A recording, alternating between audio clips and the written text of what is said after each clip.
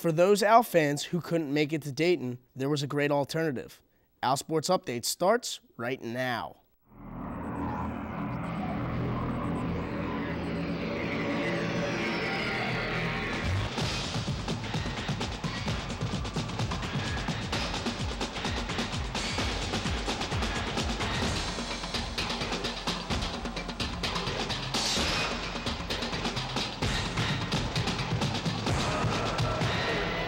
Hello and welcome to Owl Sports Update. I'm Andrew McDevitt with Brittany Lewis. It's that time of year again with March Madness in full swing. The Temple Owls got the invite to the big dance with second and third round games in Dayton, Ohio.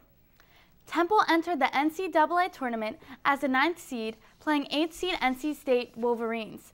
The dance hasn't been too kind to Fran Dunphy since coming to Temple with just one win in 5 trips. The Owls entered the tournament this Friday with much to prove after dropping out of the conference tournament 1 week earlier. NC State first finds the gap for an easy dunk to start off the game. Against the Wolverines, center Jake O'Brien was hot on the arc. He put up 3 straight threes and 13 points overall in the first half to give Temple an early lead. His third shot over NC State forward CJ Leslie. A jumper from Raleigh Hollis Jefferson helped maintain Temple's lead. Temple led by double digits most of the way, but the game gets close late. Late game offensive foul from O'Brien made it only a 3-point game. Despite an injured thumb, senior guard Khalif Wyatt draws a foul with 32.7 seconds left, adding to his overall 31-point game.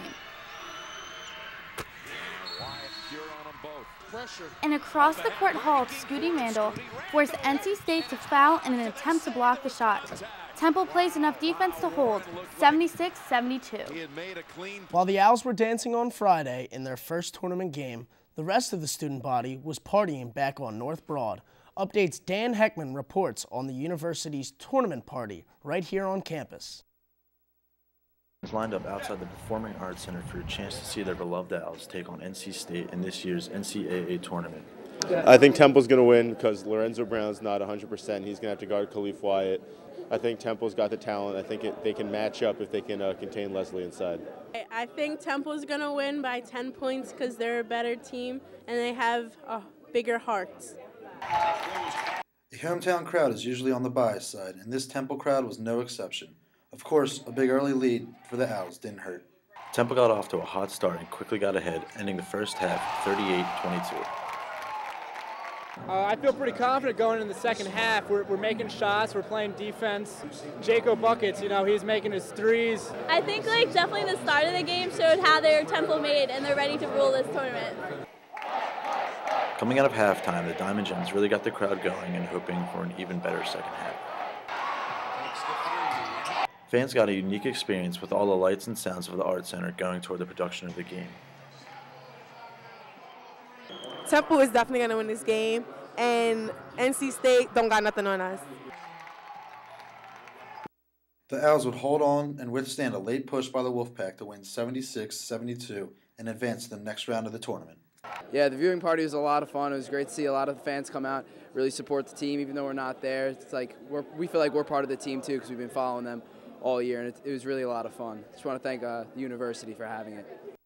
After the huge win Friday, the Owls had less than 2 days to prepare for the #1 seed in their bracket, the Indiana Hoosiers. The Hoosiers came into the game at 28-6 on the year.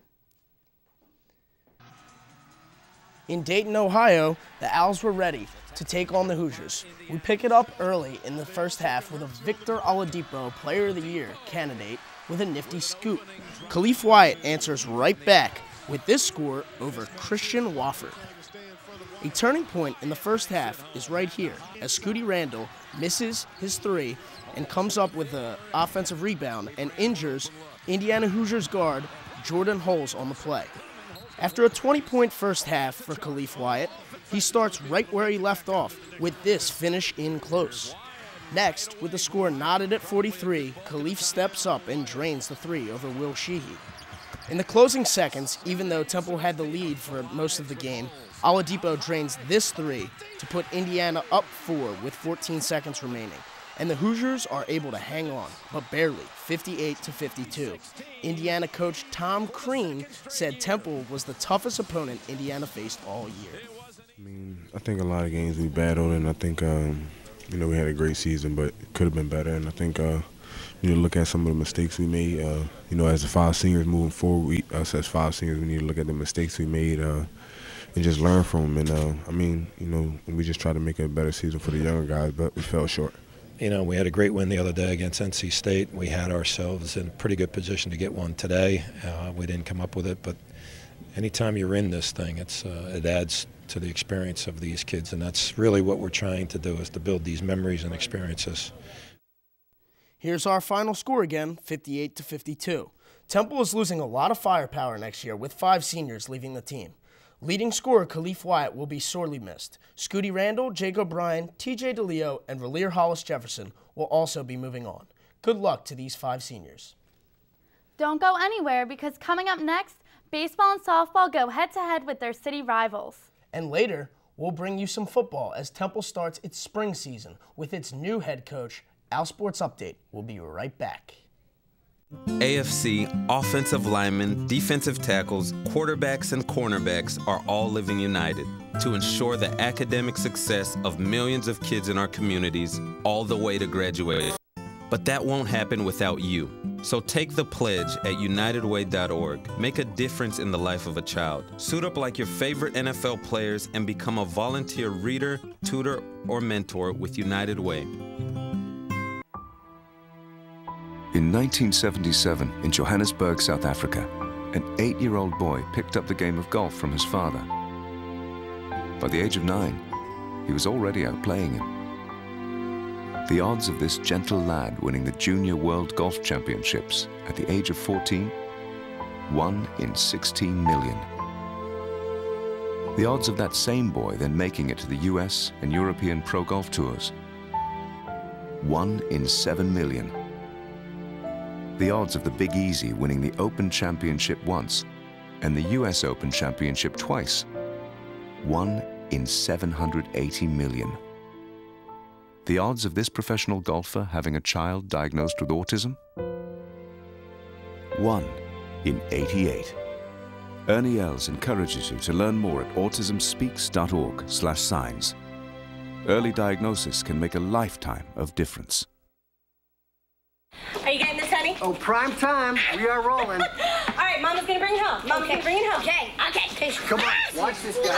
Oh, backwards. Oh, don't. Oh. It went into Bob and Carol's yard. Oh, no? Okay, here it goes. Oh, Mom! Challenge your kids to be active and eat healthy. All right, let's see what you can do. Let's go. They might surprise you. Let's go. Search We Can for more ideas on how you and your kids can get healthy together. And welcome back to Our Sports Update. Coming off a Friday loss to St. Joe's, the 2 teams were at it again on Saturday. We pick it up in the bottom of the 2nd inning as Alan Stiles singles up the middle. Next up, center fielder David Hall hits a big-time bomb the opposite way over the scoreboard to give the Owls a 2-0 lead. Temple continued its strong inning with an RBI single by Nick Lestrina, extending the lead to 3-0. Temple's pitcher Eric Peterson started the game strong, holding on to a no-hitter through 5 innings. Here is one of his 8 strikeouts. Stiles continued his strong performance here with an RBI triple in the bottom of the 6th, extending the lead to 5-1. But it wasn't enough, as St. Joe staged a late rally to tie the game up in the 8th inning, and later got the win on a 4-run top of the 10th inning, making the final score St. Joe's 10, Temple 6. Temple softball was a mixed bag over the weekend in a doubleheader with LaSalle. In the team's conference opening weekend, the high note came in the 2nd game when Temple put up an 11-1 win. Moving back in time to Game 1, the final score wasn't as friendly. Temple started off Game 1 of the doubleheader with a fly to center field from freshman first baseman Kelsey Dominic.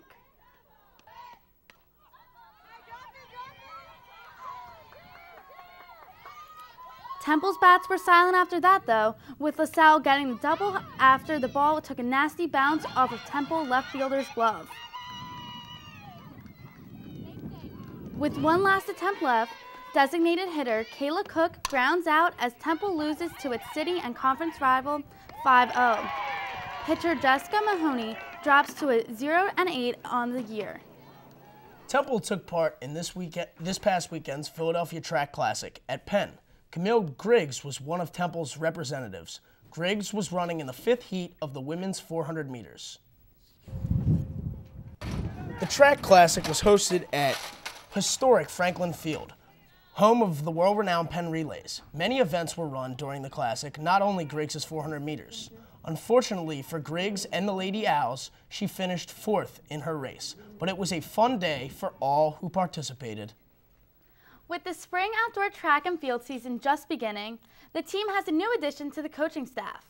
But this face is a very familiar one to the Temple track team.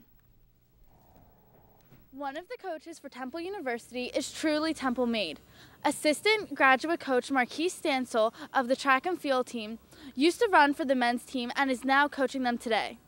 Qualifying for IC4As numerous times, becoming close to breaking the school record in the 400, having the top, I'm in the top, top like 5 times, all times for the 400 and for the 500. And also I was on the 4x800, which we broke the school record during my last year running in 2009. As a former track and field star, Marquise Stansel knows from firsthand experience what it takes to be a Temple Division I runner. My favorite aspect of coaching is giving back to the athletes and actually trying to help them not make the same mistakes that I made.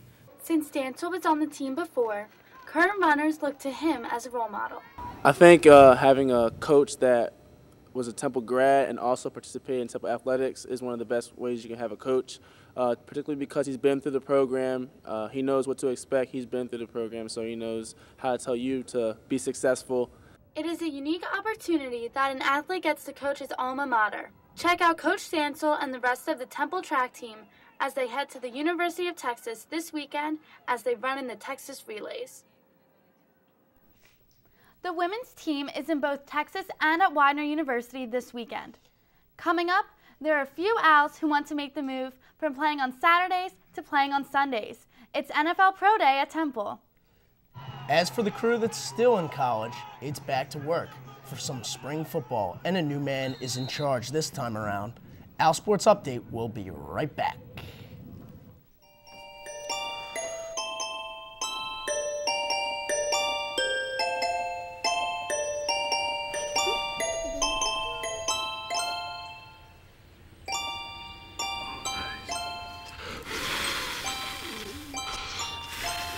The smallest moments can have the biggest impact on a child's life. Take time to be a dad today. Call or visit fatherhood.gov to learn more. It was not. It was like...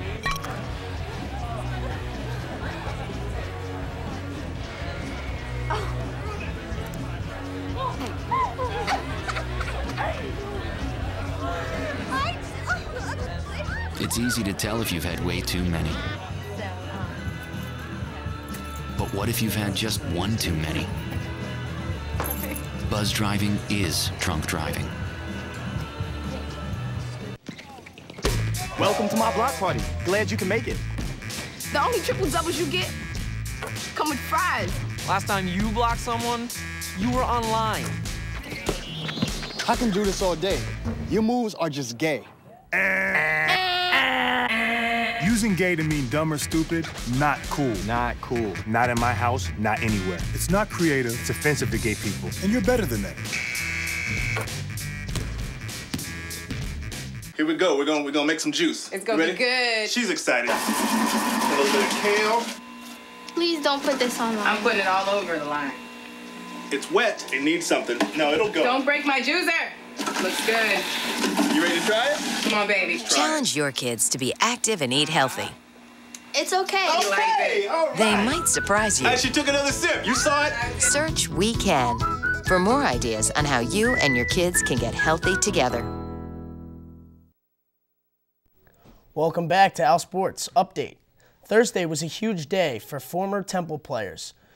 NFL scouts from all over the nation came to 10th and Diamond to see which Owls might be good enough to make the jump from college to the pros.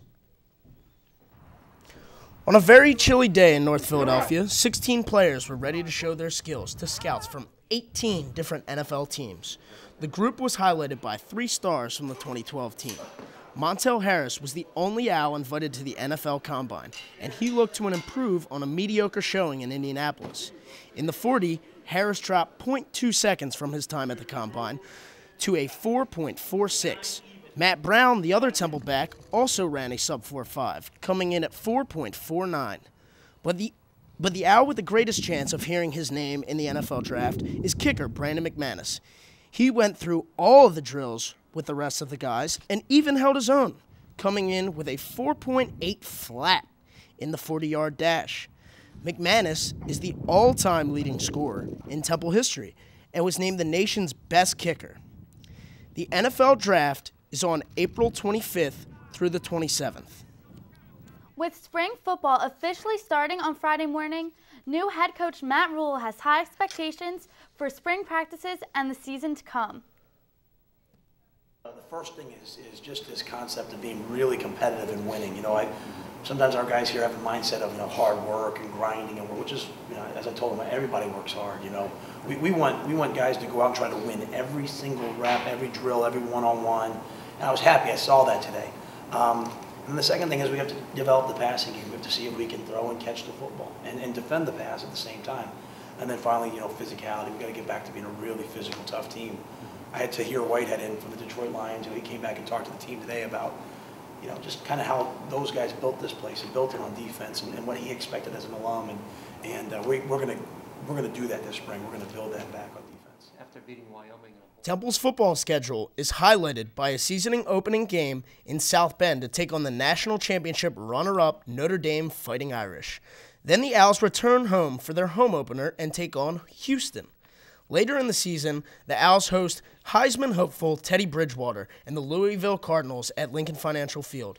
And the last game of the year for the Owls is against UConn on November 23rd.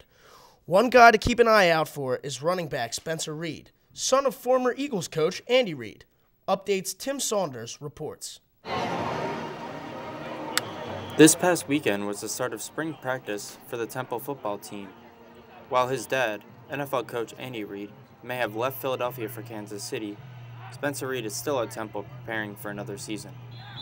The redshirt sophomore running back gave an idea of what it's like to come from a football family. Good coaching. And my dad, he would teach me different techniques, and I'd learn fronts and different things that pertain to my position. Being able to spend time with the pros, Spencer was in a great position to gain some knowledge and advice over the years. Most of them would just tell me to work hard and do the things off the field, like not getting in trouble, working out when you're in the weight room, things like that. Spencer then gave his feelings on new Temple football coach Matt Rhule, who seems to already be leading the Owls in the right direction. He's a great guy, I think. I knew him from before, and I really liked him as the tight ends coach, and then he went away, and my brother actually knew him pretty well just from coaching with him, and they kept in contact. He's been great so far.